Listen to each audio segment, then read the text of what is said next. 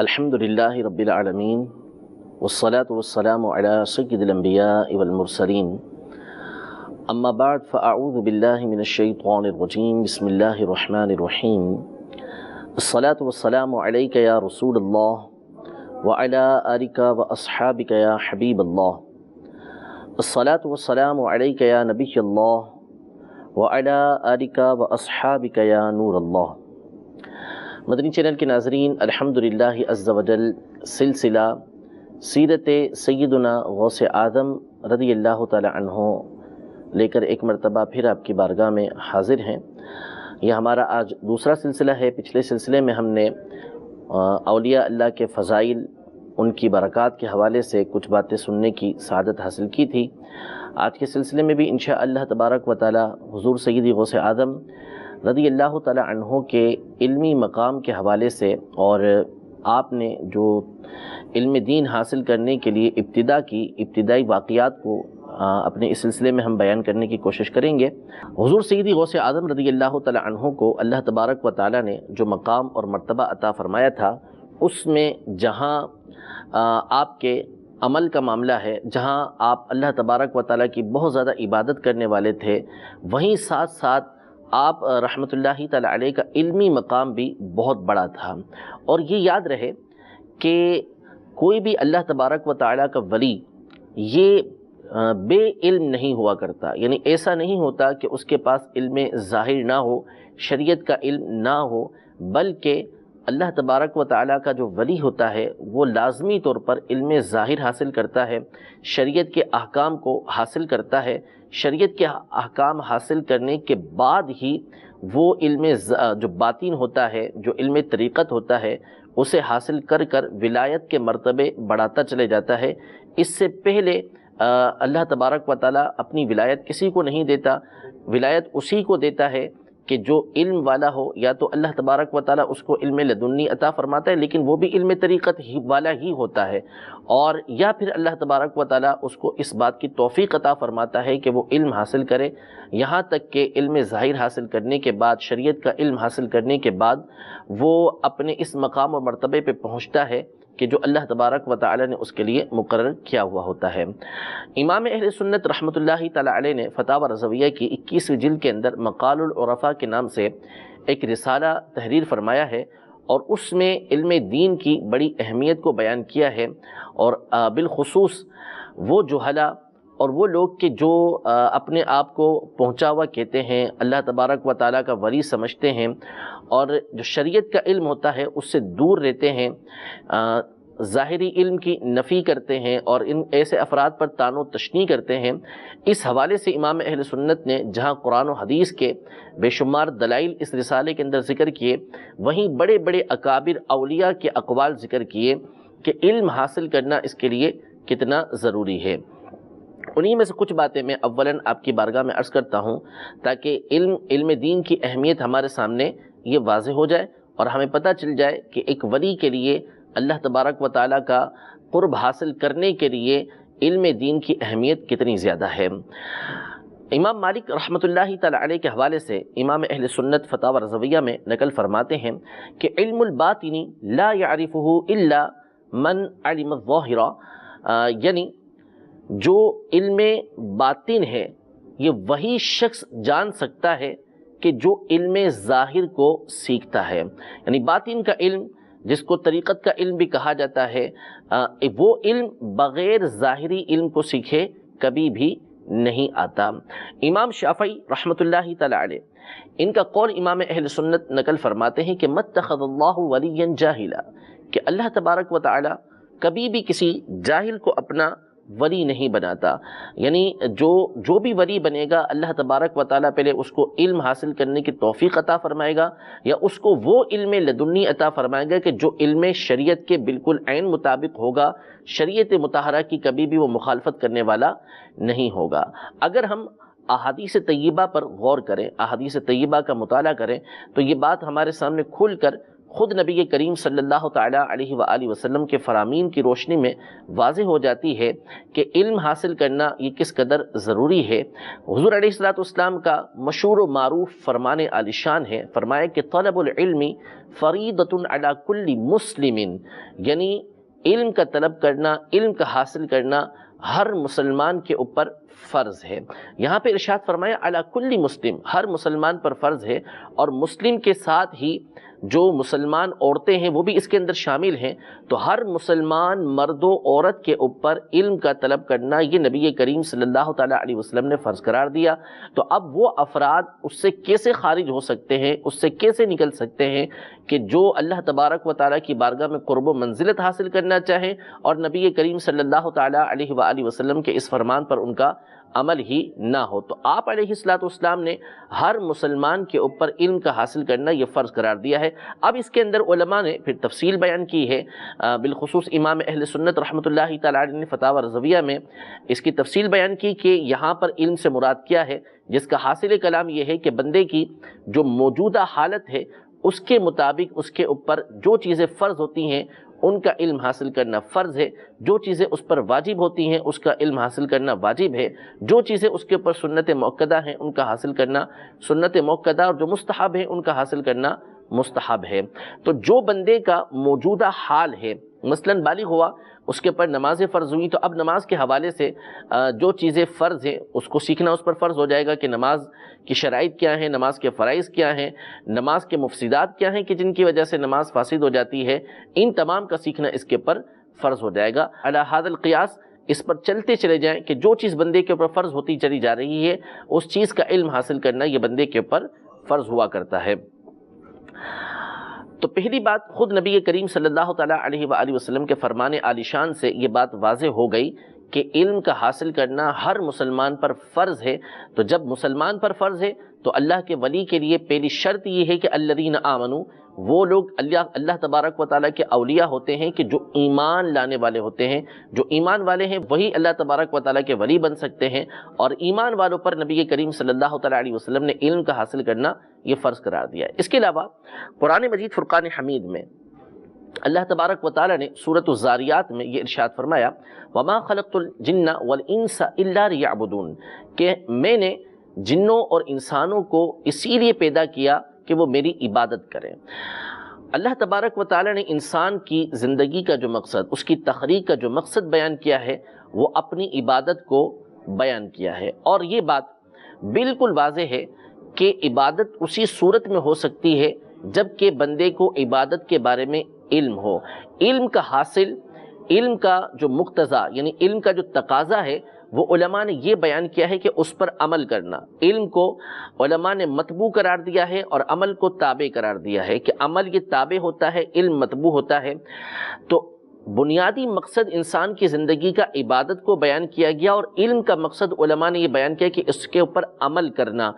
اب بندہ عبادت اسی صورت میں کر سکتا ہے جب کہ اس نے علم حاصل کیا ہو، جب کہ اس عبادت کے بارے میں اس کو علم ہو۔ اگر اس عبادت کے بارے میں اس کو علم نہیں ہے تو پھر وہ عبادت صحیح طور پر نہیں کر سکے گا۔ وہ جتنا سنوارنے کی کوشش کرے گا، جتنا اچھا کرنے کی کوشش کرے گا، نتیجہ یہ نکلے گا کہ وہ اس کو اتنا ہی بگاڑتا چلا جائے گا، کیونکہ اس کو اس بارے میں علم ہی حاصل نہیں ہوا، اس کا علم حاصل کیا ہی نہیں، تو کس طریقے سے وہ اس کے اوپر عمل کر سکے گا۔ امام اہل سنت رحمۃ اللہ تعالی علیہ نے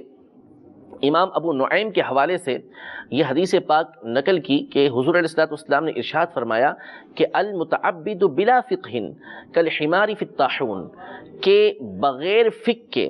بغیر علم کے عبادت کرنے والا ایسا ہے جیسے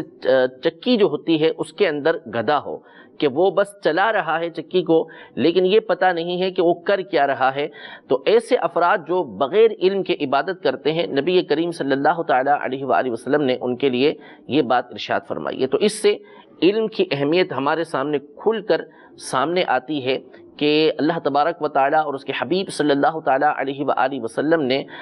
بندوں کو کس قدر علم حاصل کرنے کے اوپر ابھارا ہے۔ علم کی اہمیت کے اوپر، طلب علم کے اوپر قرآن و حدیث میں اور بہت ساری نصوص موجود ہیں، لیکن چونکہ یہاں پر ہمارا یہ موضوع نہیں ہے اس لیے اس حوالے سے ہم یہیں پر اکتفا کرتے ہیں اور آگے چلتے ہیں کہ سیدنا غوث اعظم رضی اللہ تعالی عنہ ان کی جب ہم سیرت پڑھتے ہیں اور ان کے حوالے سے مطالعہ کرتے ہیں تو آپ رحمۃ اللہ تعالی علیہ کا جو علمی مقام ہے وہ اتنا بلند و بالا ہے کہ امام اہل سنت رحمۃ اللہ تعالی علیہ نے فتاوی رضویہ میں یہ تحریر فرمایا کہ آپ رحمۃ اللہ تعالی علیہ کو اجتہاد مطلق کا درجہ حاصل ہوا تھا۔ مجتہد مطلق وہ ہستیاں ہوا کرتی ہیں کہ جو قرآن و حدیث سے، اجماع اور قیاس سے براہ راست استدلال کرتی ہیں، وہ خود ہی اس کے قواعد اور ضوابط بنانے کے اوپر قادر ہوا کرتی ہیں۔ یعنی مجتہد مطلق کو یہ درجہ حاصل ہوتا ہے کہ وہ براہ راست قرآن و حدیث سے مسائل کو نکال سکتا ہے، وہ اجماع اور قیاس کے ذریعے مسائل کو نکال سکتا ہے، قواعد اور اصول، ضابطے، قانون وہ قرآن و حدیث کی روشنی کے اندر بنا سکتا ہے۔ ایسا مقام و مرتبہ یہ مجتہدین مطلق کو حاصل ہوا کرتا ہے۔ بہت ہی کم اس امت کے اندر مجتہد مطلق گزرے ہیں۔ علماء کی تصریح کے مطابق 100 سے زائد ایسے افراد گزرے ہیں کہ جن کو مجتہد مطلق کا درجہ حاصل ہوا ہے۔ ان میں سے مشہور 4 جو مجتہد مطلق ہیں وہ ائمہ اربعہ ہیں، یعنی امام اعظم ابو حنیفہ، امام مالک، امام شافعی اور امام احمد بن حنبل رضی اللہ تعالی عنہم، کہ ان کو اللہ تبارک و تعالی نے مجتہد مطلق کا درجہ عطا فرمایا اور لوگوں نے ان کی تقلید کی۔ یعنی انہوں نے جو مسائل قرآن و حدیث کی روشنی میں ہمارے سامنے رکھے، قرآن و حدیث سے جو ضابطے، جو اصول بنائے اور ہمارے سامنے رکھے، ان کی روشنی میں ان کی تقلید کی جاتی ہے، ان کی بات کو مانا جاتا ہے جو حقیقتاً قرآن و حدیث کو ماننا ہوا کرتا ہے۔ تو یہ چاروں ہستیاں یہ امت کے رہنما بنے۔ اس کے بعد سیدنا غوث اعظم رضی اللہ تعالی عنہ جو 5ویں صدی ہجری کے بزرگ ہیں اور 6ٹھی صدی ہجری تک آپ کا دور رہا ہے، ان کا جو مقام و مرتبہ ہے وہ امام اہل سنت رحمۃ اللہ تعالی یہ بیان فرماتے ہیں کہ علمی اعتبار سے ہمارے غوث پاک رضی اللہ تعالی عنہ بھی مجتہد مطلق کے درجے پر پہنچے تھے، لیکن آپ ہمیشہ فتویٰ جو ہے وہ امام احمد بن حنبل رحمۃ اللہ تعالی علیہ کے مذہب کے اوپر دیا کرتے تھے، انہی کے اصول و ضوابط کے مطابق دیا کرتے تھے۔ تو اتنا بڑا مقام اور مرتبہ حضور سیدی غوث اعظم رضی اللہ تعالی عنہ کو حاصل ہوا، اور آپ کے کئی واقعات کتابوں کے اندر موجود ہیں کہ آپ نے لوگوں کے ایسے ایسے لا ینحل مسئلے حل کیے کہ جن کے بارے میں اس زمانے کے علماء یہ عاجز آ چکے تھے، وہ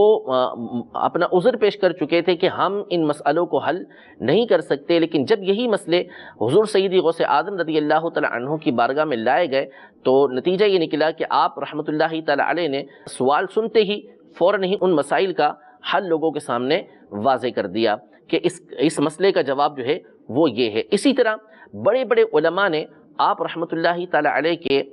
فضائل و کمالات اور علمی مقام کا خاص طور پر اعتراف کیا ہے۔ امام ابن جوزی رحمۃ اللہ تعالی علیہ یہ وہ ہستی ہیں کہ جن کو اللہ تبارک و تعالی نے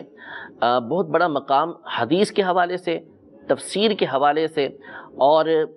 تاریخ کے حوالے سے عطا فرمایا، اور آپ کی کئی کتابیں اہل علم کے درمیان مشہور و معروف ہیں کہ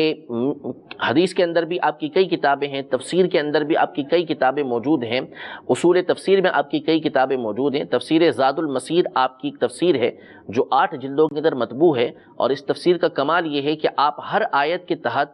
علماء کے اقوال بیان کرتے ہیں۔ اس آیت کا معنی کس عالم نے کیا بیان کیا ہے، کس صحابی نے کیا بیان کیا، حدیث کے اندر اس کا کیا معنی آیا ہے، کس تابعین نے اس کا معنی کیا بیان کیا ہے، تبع تابعین نے اس کا معنی کیا بیان کیا ہے، یہ امام ابن جوزی رحمۃ اللہ تعالی علیہ اس تفسیر کے اندر بیان کرتے ہیں، جس سے امام ابن جوزی رحمۃ اللہ تعالی علیہ کا تفسیر میں مقام ہمارے سامنے واضح ہوتا ہے کہ قرآن کی آیتوں کا جو معنی متقدمین نے بیان کیا، صحابہ نے، تابعین نے بیان کیا، یہ امام ابن جوزی رحمۃ اللہ تعالی علیہ بخوبی اچھی طریقے سے جانتے ہیں کہ وہ کیا ہیں۔ لیکن اس کے باوجود ان کا واقعہ کئی کتابوں کے اندر یہ تحریر کیا گیا کہ آپ رحمۃ اللہ تعالی علیہ ایک مرتبہ اپنے کسی ساتھی کے ساتھ غوث اعظم رضی اللہ تعالی عنہ کی مجلس میں حاضر ہوئے۔ حضور سیدی غوث اعظم رضی اللہ تعالی عنہ نے ایک آیت کی تفسیر بیان کی۔ ان کے جو ساتھی وہاں موجود تھے انہوں نے امام ابن جوزی رحمۃ اللہ تعالی علیہ سے یہ پوچھا کہ اس آیت کی یہ تفسیر آپ کو معلوم ہے؟ تو انہوں نے کہا کہ ہاں مجھے معلوم ہے۔ حضور سیدی غوث اعظم رضی اللہ تعالی عنہ نے اس آیت کی ایک دوسری تفسیر بیان کی۔ ان کے ساتھی نے ابن جوزی رحمۃ اللہ تعالی علیہ سے پوچھا کہ آپ کو یہ تفسیر معلوم ہے؟ انہوں نے کہا یہ تفسیر معلوم ہے، یہ فلاں نے بیان کی ہے۔ اس طرح 11 تفسیریں غوث اعظم رضی اللہ تعالی عنہ نے بیان کی، تو ابن جوزی رحمۃ اللہ تعالی علیہ یہی فرماتے رہے کہ ہاں یہ تفسیر مجھے معلوم ہے۔ اس کے بعد حضور سیدی غوث اعظم رضی اللہ تعالی عنہ نے مزید 29 تفسیریں بیان کی کہ اس آیت کی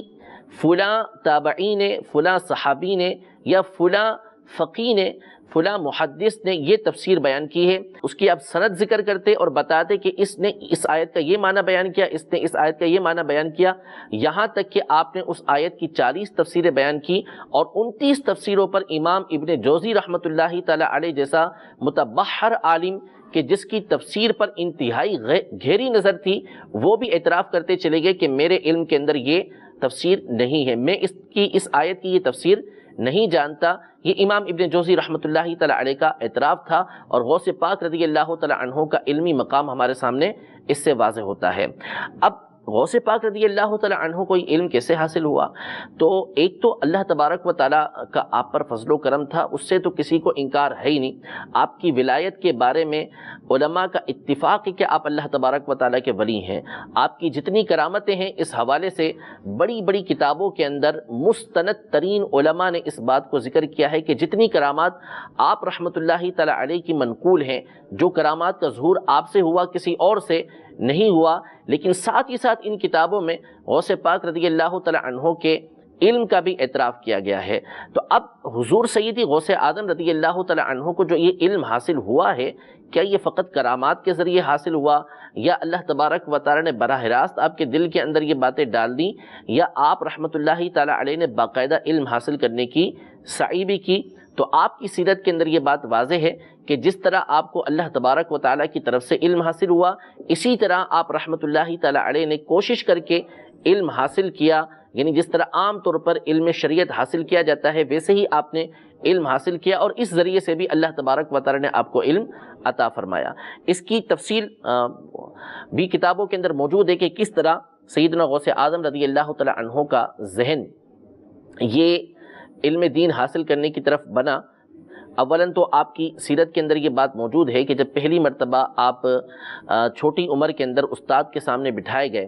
کہ باقاعدہ قرآن پاک کی ابتدا ہو، تو آپ رحمۃ اللہ تعالی علیہ کے استاد نے آپ سے کہا کہ آپ پڑھیے، تو حضور سیدی غوث اعظم رضی اللہ تعالی عنہ کو بسم اللہ الرحمن الرحیم پڑھائی گئی، تو آپ نے بسم اللہ الرحمن الرحیم پڑھ کر اسی وقت جو استاد تھے ان کو 18 پارے سنا دیے۔ استاد بڑے حیران ہوئے کہ بچہ چھوٹا سا ہے اور آج اس کی ابتدا ہو رہی ہے، اور انہوں نے 18 کے 18 پارے مجھے سنا دیے ہیں۔ تو ایک تو ان کو تعجب تھا کہ یہ ہوا کیسے، پھر 18 پارے پر آ کے رک کیوں گئے، یہ دوسرا تعجب تھا۔ تو انہوں نے کہا کہ بیٹا اور پڑھیے، یعنی آگے 12 سپارے اور بھی تو موجود ہیں، انہیں پڑھیے۔ تو غوث پاک رضی اللہ تعالی عنہ نے اس راز سے پردہ اٹھایا، اور آپ نے فرمایا کہ میری ماں کو یہ 18 پارے یاد تھے، اور جب میں ماں کے پیٹ میں تھا تو میری والدہ یہی 18 پارے پڑھا کرتی تھی، اور سن سن کر میں نے اسے یاد کر لیا تھا۔ یہاں غوث پاک رضی اللہ تعالی عنہ کی کرامت ہمارے سامنے ظاہر ہوتی ہے، اور یہ یاد رہے کہ ایسے خارق عادت واقعات قرآن و حدیث کے اندر موجود ہیں کہ عمومی طور پر جب بچہ پیدا ہوتا ہے تو وہ بولنے کے قابل نہیں ہوتا، وہ بول بھی نہیں سکتا، لیکن اس کے باوجود قرآن پاک کے اندر یہ واقعہ موجود ہے کہ حضرت سیدنا عیسیٰ علی نبینا و علیہ السلام نے پنگھوڑے کے اندر، جھولے کے اندر کلام کیا، قال انی عبداللہ، کہ یہ ارشاد فرمایا کہ میں اللہ تبارک و تعالیٰ کا بندہ ہوں۔ حالانکہ بچہ جب پیدا ہوتا ہے تو بولنے پر قدرت نہیں رکھتا، لیکن اللہ تبارک و تعالیٰ نے حضرت سیدنا عیسیٰ علی نبینا و علیہ السلام کو بطور معجزہ یہ بات عطا فرمائی کہ آپ نے اپنے جھولے کے اندر کلام کیا۔ اسی طرح سیدنا یوسف علی نبینا و علیہ السلام کا واقعہ موجود ہے قرآن پاک میں، وہاں موجود ہے وشہید شاہد من اہلہا، کہ وہاں پر ایک گواہ نے گواہی دی۔ تو اس گواہ سے مراد یہاں پر بچہ لیا گیا ہے کہ جھولے کے اندر بچہ موجود تھا، کہ جس نے حضرت سیدنا یوسف علی نبینا و علیہ السلام کی پاک دامنی کی، آپ کی عفت کی گواہی دی۔ حالانکہ بچہ کلام پر قادر نہیں ہوتا، لیکن اللہ تبارک و تعالی نے اس کو قدرت عطا فرمائی۔ یوں ہی بخاری مسلم کی حدیث مبارکہ ہے کہ جریج راہب نامی شخص بنی اسرائیل کے اندر تھا، جس پر لوگوں نے تہمت لگائی تھی زنا کی، اس کی جو گواہی دی کہ یہ پاک دامن ہے، اس نے کوئی گناہ نہیں کیا، یہ بھی ایک بچے نے دی۔ جو دودھ پیتا بچہ تھا اس نے اس کی پاک دامنی کی گواہی دی۔ اس طرح قرآن و حدیث کے اندر یہ واقعات موجود ہیں کہ بعض اوقات ایسے معاملات بچوں کے ساتھ پیش آتے ہیں، پیدا ہوتے ہی ایسے معاملات پیش آتے ہیں کہ جو عمومی طور پر نہیں ہوا کرتے، یہ بطور معجزہ اور بطور کرامت ہوا کرتے ہیں۔ تو یہی ہمارے غوث پاک رضی اللہ تعالی عنہ کے ساتھ معاملہ پیش آیا کہ عام طور پہ جب بچہ پیدا ہوتا ہے تو وہ شعور نہیں رکھتا، وہ علم نہیں رکھتا، لیکن غوث پاک رضی اللہ تعالی عنہ کو اللہ تبارک و تعالی نے یہ کرامت عطا فرمائی کہ جب آپ پیدا ہوئے تو آپ رحمت اللہ تعالی علیہ کو 18 پارے یہ یاد تھے۔ اس سے آپ رحمت اللہ تعالی علیہ کی والدہ کا ذوق بھی ہمیں معلوم ہوا کہ قرآن پاک کے 18 پارے یاد بھی کر رکھے تھے، اور بطور تبرک، بطور برکت اور ایک نیک فالی کے طور پر آپ اس کی تلاوت بھی کیا کرتی تھی، کہ جس کا اثر سیدنا غوث پاک رضی اللہ تعالی عنہ کی ذات پر بھی پڑا۔ یہ آپ کی ابتدا تھی جو آپ کو قرآن پاک کے پارے یاد ہوئے۔ پھر اس کے بعد بعض علماء کے مطابق آپ نے اس کے کچھ ہی عرصے کے بعد بقیہ 12 پارے بھی یاد کر لیے تھے، اور بعض علماء کے مطابق آپ جب بغداد معلیٰ پہنچے تو وہاں پہنچ کر آپ نے قرآن مجید فرقان حمید کو مکمل یاد کیا تھا اور اس کو مضبوطی کے ساتھ اپنے اساتذہ کو سنایا تھا۔ آپ کی ابتدا کے حوالے سے بہجت الاسرار، قلائد الجواہر وغیرہ جیسی مستند کتابوں کے اندر یہ موجود ہے کہ حضور سیدی غوث اعظم رضی اللہ تعالی عنہ خود ارشاد فرماتے ہیں کہ حج کے دن بچپن میں مجھے ایک مرتبہ جنگل کی طرف جانے کا اتفاق ہوا، اور میں ایک بیل کے پیچھے پیچھے چل رہا تھا کہ اس بیل نے میری طرف دیکھ کر کہا، اے عبد القادر ما لہذا خلقت، کہ آپ اس کے لیے پیدا نہیں کیے گئے۔ تو غوث پاک رضی اللہ تعالیٰ عنہ فرماتے ہیں کہ میں گھبرا کر گھر لوٹا، اور پھر میں اپنے گھر کی چھت پر چڑھا۔ وجہ اس کی یہ بیان کی مولا علی قاری رحمۃ اللہ تعالیٰ علیہ نے، تاکہ آپ چھت پہ جا کے اللہ تبارک و تعالیٰ کی یاد کے اندر مستغرق ہو سکیں۔ تنہائی کے لیے آپ چھت پہ چڑھے تھے، لیکن چھت پہ چڑھے تو آپ نے دیکھا کہ لوگ عرفات کے میدان میں کھڑے ہوئے ہیں، یعنی حج کا موسم تھا، تو آپ رحمت اللہ تعالیٰ علیہ کو اللہ نے یہ کرامت عطا فرمائی کہ چھت پہ کھڑے ہو کر آپ نے جیلان سے آپ نے عرفات کا معائنہ کر لیا، اس کو دیکھ لیا کہ وہاں لوگ وقوف عرفہ کیے ہوئے ہیں۔ اس کے بعد آپ اپنی والدہ ماجدہ کے پاس حاضر ہوئے، اور آپ نے آ کر اپنی والدہ سے یہ عرض کی کہ آپ مجھے اللہ تبارک و تعالیٰ کی راہ کے اندر وقف کر دیں، اور مجھے بغداد جانے کی اجازت مرحمت فرمائیں کہ میں وہاں جا کر علم دین حاصل کروں اور صالحین کی زیارت کروں۔ والدہ نے جب آپ سے اس کی وجہ پوچھی تو پھر وہ آپ نے گائے والا بیل والا واقعہ عرض کیا، تو آپ کی والدہ ماجدہ کی آنکھوں میں آنسو آ گئے، اور آپ نے 80 دینار جو آپ کی والدہ کے پاس موجود تھے اور وراثت میں آپ کے والد کی طرف سے ملے تھے، تو وہ لے کر آئیں، اور آپ نے کہا کہ اس میں سے 40 دینار جو ہیں وہ تمہارے بھائی کے ہیں، یعنی سید ابو احمد کے، اور 40 دینار جو ہے وہ تمہارے لیے ہیں۔ پھر اس کے بعد مشہور واقعہ ہے کہ حضور سیدی غوث اعظم رضی اللہ تعالی عنہ کے لباس کے اندر انہوں نے اسے سی دیا، اور غوث پاک رضی اللہ تعالی عنہ کو دروازے تک الوداع کہنے کے لیے آئیں، اور آ کے اپنے اس شہزادے سے انہوں نے یہ ارشاد فرمایا کہ یا ولدی اذهب، اے میرے بیٹے جاؤ، فقد خرجت عنک للہ، میں نے تمہیں اللہ تبارک و تعالیٰ کی راہ کے لیے یہاں سے بھیج دیا ہے، فہذا وجہ لا اراہ الی یوم القیامہ، اب میں قیامت کے دن ہی تمہیں دیکھوں گی، یہ چہرہ مجھے قیامت کے دن دیکھنا ہی نصیب ہوگا۔ یعنی غوث پاک رضی اللہ تعالی عنہ کو اللہ تبارک و تعالیٰ کی راہ کے اندر انہوں نے وقف کر دیا۔ وہاں سے حضور سیدی غوث اعظم رضی اللہ تعالی عنہ بغداد معلیٰ تشریف لے کر آئے، اور بغداد معلیٰ اس زمانے کے اندر علم و عمل کا، علماء کا ایک مجمع تھا، وہاں پر کہ جو بڑے بڑے علماء وہاں پر موجود تھے، بڑے بڑے صوفیہ فقہا وہاں پر موجود تھے، جن کے پاس آ کر سیدنا غوث اعظم رضی اللہ تعالی عنہ نے علم دین یہ حاصل کیا۔ مشہور فقیہ ہیں فقہ حنبلی کے ابو الوفا ابن عقیل رحمۃ اللہ تعالی علیہ، ان سے غوث پاک رضی اللہ تعالی عنہ نے فقہ حنبلی یعنی امام احمد بن حنبل کی جو فقہ ہے اس کے جو مسائل ہیں وہ حاصل کیے۔ یہ ابو الوفا ابن عقیل حنبلی رحمۃ اللہ تعالی علیہ وہ ہستی ہیں کہ جنہوں نے اپنی ساری زندگی علم حاصل کرنے کے اندر گزاری، اور آپ نے ایک کتاب الفنون کے نام سے تحریر فرمائی، جس کے بارے میں علماء نے لکھا کہ اس کی 200 سے زیادہ جلدیں تھیں۔ بعض علماء نے یہ تحریر کیا، امام ذہبی نے، کہ اس کی 400 سے زیادہ جلدیں تھیں، یعنی اتنی بڑی کتاب آپ نے تحریر فرمائی جو بعد میں ضائع ہو گئی۔ البتہ اس کے 2 حصے یہ چھپے، 2 جلدیں اس کی چھپی ہیں۔ یہ ابن عقیل رحمۃ اللہ تعالی علیہ وہ ہستی ہیں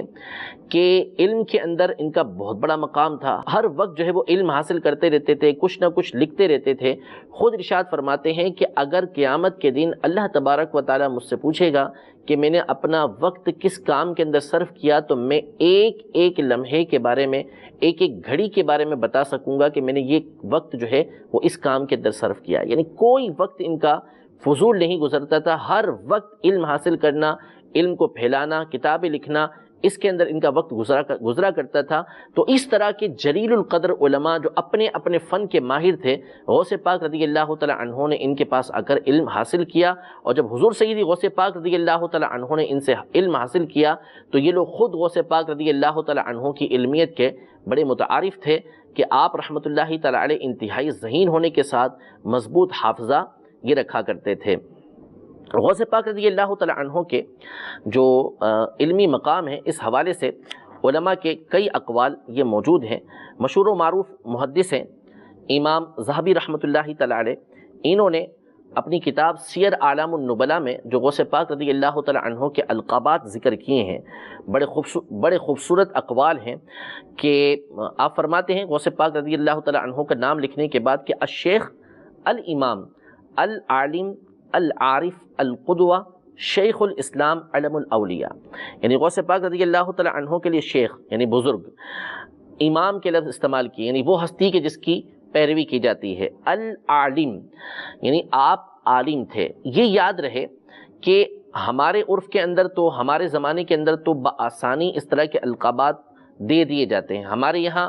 عام طور پر القابات کے ذریعے شخصیات کو بنانے کی کوشش کی جاتی ہے. یعنی کسی کا مقام بڑھانا ہو تو پھر اس کے لیے بڑے بڑے لقب استعمال کیے جاتے ہیں کہ جس سے اس کی شخصیت کو لوگوں کے سامنے ظاہر کیا جائے. لیکن ہمارے اسلاف وہ ہستی تھے کہ جو القابات ہر ایک کے لیے استعمال نہیں کرتے تھے، بڑا دیکھ بھال کر استعمال کرتے تھے. اور وہ لقب کے ذریعے شخصیت نہیں بناتے تھے بلکہ شخصیت کو دیکھ کر لقب بنا کرتا تھا کہ واقعی ان کی شخصیت ایسی ہے کہ جس کو شیخ الاسلام کہا جا سکے، جس کو العالم کہا جا سکے، جسے القدوہ یعنی وہ ہستی کہ جس کی پیروی کی جاتی ہے، جس کے پیچھے چلا جاتا ہے،